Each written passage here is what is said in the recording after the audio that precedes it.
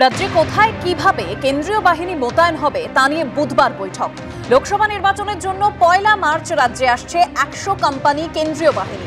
আগামী 7 মার্চ আসবে আরো 50 কোম্পানি কেন্দ্রীয় বাহিনী। এই 150 কোম্পানি বাহিনী কিভাবে মোতায়েন হবে রাজ্য জুড়ে তা নিয়েই বুধবার বৈঠক। বৈঠকে উপস্থিত থাকবেন মুখ্য নির্বাচনী আধিকারিক। রাজ্যের সামগ্রিক পরিস্থিতির নিরিখে সন্দেশখালী, বসিরহাট সহ 2 পরগনায় বাহিনী মোতায়েন হবে।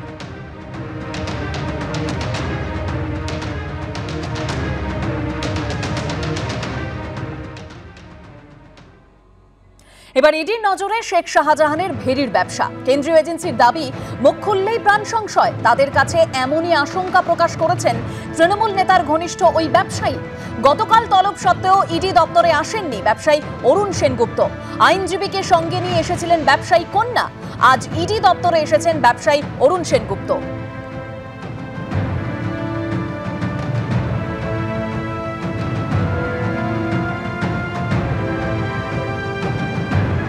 সন্দেশখালী মামলায় নিঃশর্ত জামিন পেলেন সিপিএম এর প্রাক্তন বিধায়ক নিরাপদ সর্দার। আজকেই জেল থেকে মুক্ত করতে হবে নিরাপদ সর্দারকে, জানিয়ে দিল হাইকোর্ট। গোটা ঘটনায় জেলার পুলিশ সুপারের রিপোর্ট তলব। আজ জেল থেকে প্রাক্তন সিপিএম বিধায়ক মুক্ত না হলে আদালত অবমাননার নোটিশ, মন্তব্য করেছেন বিচারপতি। 17 দিন হেফাজতে রয়েছেন নিরাপদ সর্দার। কিভাবে একজন নাগরিককে এভাবে হেফাজতে নিতে পারে পুলিশ? প্রশ্ন বিচারপতি দেবাংশু বসাকের। কেন এই পুলিশ আধিকারিকদের এখনই গ্রেপ্তার করা হবে না, প্রশ্ন করেছেন বিচারপতি। এতদিন হেফাজতে আছেন, কে এই ক্ষতিপূরণ দেবে? প্রশ্ন বিচারপতি দেবাংশু বসাকের।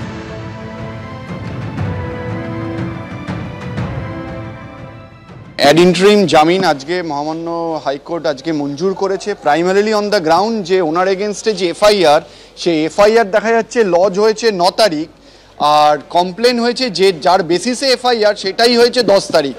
এই যে দুর্নীতি, এই যে কারচুপি, এই গ্রাউন্ডে প্রাইমারিলি ওনাকে আজকে ইন্টারিম বেল দেওয়া হলো। এবং মহামান্য বিচারপতির পরিষ্কার অবজারভেশন যে একজন সিটিজেন অফ ইন্ডিয়াকে এরম অন্যায়ভাবে কেন 17 দিন কাস্টাডিতে রাখা হলো এবং এর জন্য কেন কনসার্ন পুলিশ অফিসারদের বিরুদ্ধে কোনো ব্যবস্থা নেওয়া হবে না এবং ওনাদেরকে কাস্টাডিতে করা হবে না। এবং এই মর্মে জুরিসডিকশন যে সুপারিনটেন্ডেন্ট অফ পুলিশ ওনাকে একটি রিপোর্ট ফাইল করতে বলেছে 29 তারিখের মধ্যে। কারণ একটা এফআইআর হয় অবশ্যই উদ্দেশ্য প্রণোদিত, যাতে করে যারা এই অন্যায় সন্দেশখালীতে যে অন্যায় হচ্ছে তার বিরুদ্ধে যারা সোচ্চার হচ্ছেন তাদের কণ্ঠ রোধ করার জন্য এই এফআইআর। কারণ আমরা সবাই জানি একটা কমপ্লেনের বেসিসেই একটা এফআইআর হয়, যেখানে কমপ্লেনটাই হচ্ছে 10 তারিখে, তার বেসিসে কি করে 9 তারিখে এফআইআর হয় এটাই আশ্চর্যজনক, এটা সম্ভব। কারণ এটা মিথ্যা মামলা। কিন্তু কেন মিথ্যা মামলা করা হলো তার জবাবদিহি লিখিতভাবে পুলিশকে জমা দিতে হবে, এটা হাইকোর্টের নির্দেশ। আমরা প্রথম থেকে দাবি করছি, অসংখ্য মিথ্যা মামলা করা হয়েছে। এটা একটা কেস থেকে জানা যায় পশ্চিমবঙ্গের অবস্থা কী। দুর্নীতি চলবে, দুষ্কৃতি চলবে, গুন্ডামি চলবে, মস্তানি চলবে, লুট চলবে, জমি চুরি চলবে, আর অন্যদিকে কেউ প্রতিবাদ করতে পারবে না। বিধানসভায় এমএলএ হিসেবে যখন বলেছেন তার মাইক বন্ধ করে দিয়েছে মুখ্যমন্ত্রী, পুলিশ মন্ত্রী, কিন্তু তিনি কোনো ব্যবস্থা নেননি। ধারণা এই ধরনের কোনো অভিযোগ হলে প্রথমে স্পিকার ব্যবস্থা নিতে বলে, কোনো ডিরেকশন দেওয়া হয়নি স্পিকার থেকে। সমস্ত মিথ্যা মামলা প্রত্যাহার করতে হবে।